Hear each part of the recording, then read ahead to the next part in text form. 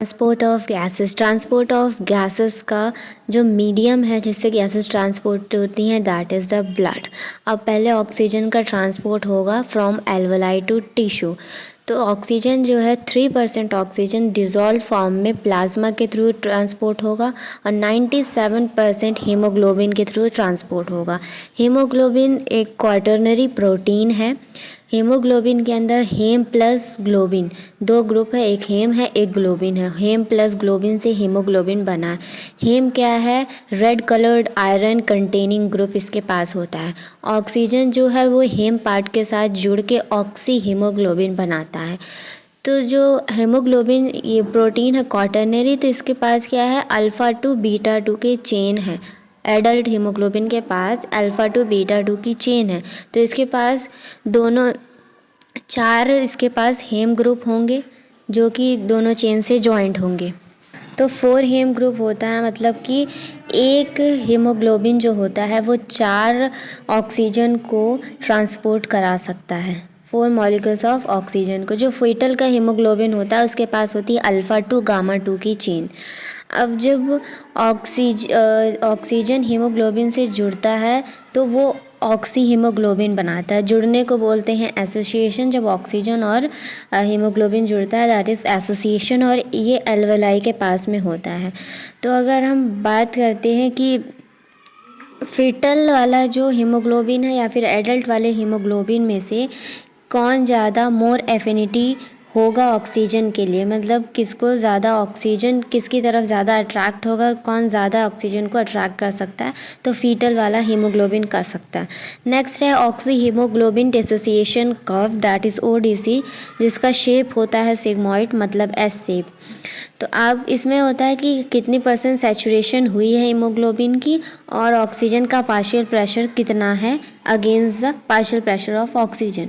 तो सैचुरेशन मतलब अगर एक मॉलिक्यूल उसके अंदर गया है, हीमोग्लोबिन के पास एक मॉलिक्यूल जुड़ा है उस ऑक्सीजन का, तो वो 25% सैचुरेशन हो चुकी है। अगर 2 है तो 50%, 3 मॉलिक्यूल है तो 75%, अब 4 मॉलिक्यूल टोटल होते हैं तो 100% सैचुरेशन हो चुकी है। तो इसका जो कर्व बनेगा वो सिग्मॉइड शेप होगा।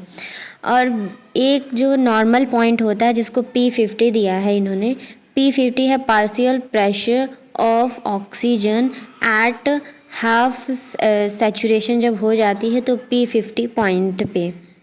तो P50 अगर ज़्यादा है तो एफिनिटी कम होगी और एफिनिटी ज़्यादा है तो जो P50 कम होगा। P50 की वैल्यू होती है 27 mm ऑफ Hg। और ये जो सिग्मॉइड शेप का जो ग्राफ है ऑक्सी हीमोग्लोबिन डिसोसिएशन कर्व, ये इसके जो 37 डिग्री सेल्सियस और pH 7.4 पे ये है। अगर ये चेंज होगा तो इसका जो शेप है वो चेंज हो जाएगा और ग्राफ दूसरा चेंज हो जाएगा। अगर ये सिग्मॉइड शेप का जो कर्व है ये राइट की तरफ शिफ्ट होता है, राइट की तरफ अगर शिफ्ट होगा तो मतलब P50 इंक्रीज़ हो रहा, P50 इंक्रीज़ होगा मतलब एफिनिटी डिक्रीज़ होगी। एफिनिटी डिक्रीज़ हो रही है मतलब कि ये कहाँ हो रहा है? नियर टिश्यू के पास हो रहा है। और अगर ये लेफ़्ट साइड शिफ्ट होगा तो एफिनिटी इंक्रीज़ हो रही, P50 डिक्रीज़ हो रही है, मतलब कि ये एल्वेलाई के पास हो रहा है, मतलब कि ऑक्सीजन और हीमोग्लोबिन जहाँ जुड़ेंगे। एफिनिटी इंक्रीज़ होगी मतलब जुड़ना होगा, एफिनिटी डिक्रीज़ होगी मतलब अलग हो रहे हैं। That is oxyhemoglobin dissociation curve.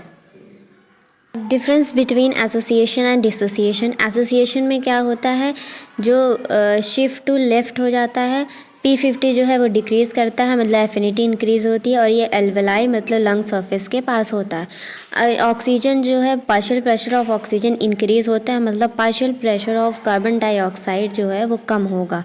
और इससे अगर कार्बन डाइऑक्साइड अगर कम हुई पार्शियल प्रेशर उसका, तो 3 चीज़ें उसके साथ साथ भी कम हो जाएंगी। H प्लस भी कम हो जाएगा, टेम्परेचर भी कम हो जाएगा, 2-3 BPG भी कम हो जाएगा। अगर H प्लस कम है मतलब pH ज़्यादा होगा।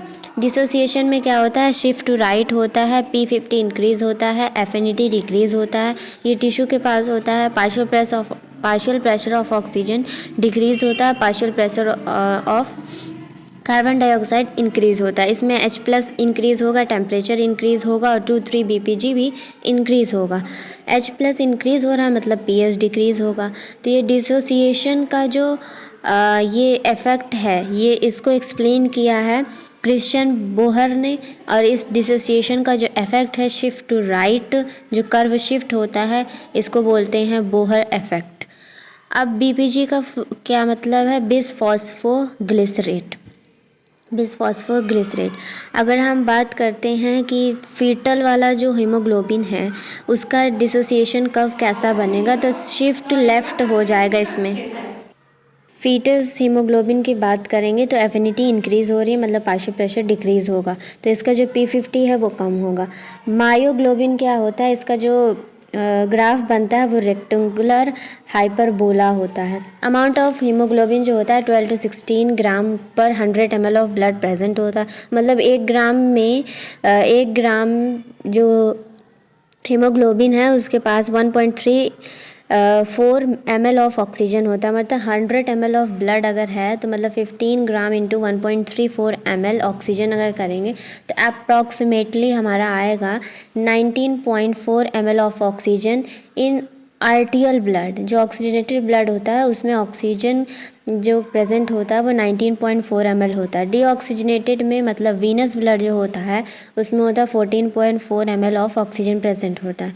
जब हार्ट से जो ब्लड निकलता है ऑक्सीजनेटेड वो टिश्यू को जब जाता है तो आर्टरी के पास 19.4 ऑक्सीजन पर ml पर 100 ml होता है। 19.4 ml ऑफ ऑक्सीजन आर्टरी के पास होता है। टिश्यू में जाएगा तो टिश्यू में जो है फिर टिश्यू उसको हार्ट तक पहुंचाती है, तो डीऑक्सीजनेटेड ब्लड टिश्यू से निकल के हार्ट तक जाएगा तो उसमें 14.4 ऑक्सीजन पर ml होता है ऑक्सीजन का वेन के अंदर। तो अगर हम बात करते हैं टिश्यू में कितना, तो 19.4 14.4 माइनस कर देंगे, दैट इज़ 5 ml पर 100 ml ऑफ ब्लड प्रेजेंट होता है oxygen. If you do vigorous exercise अगर करेंगे तो 3 गुना बढ़ जाएगा, मतलब 15 ml पर 100 ml ऑफ ब्लड हो जाएगा। That's all about a transport of oxygen.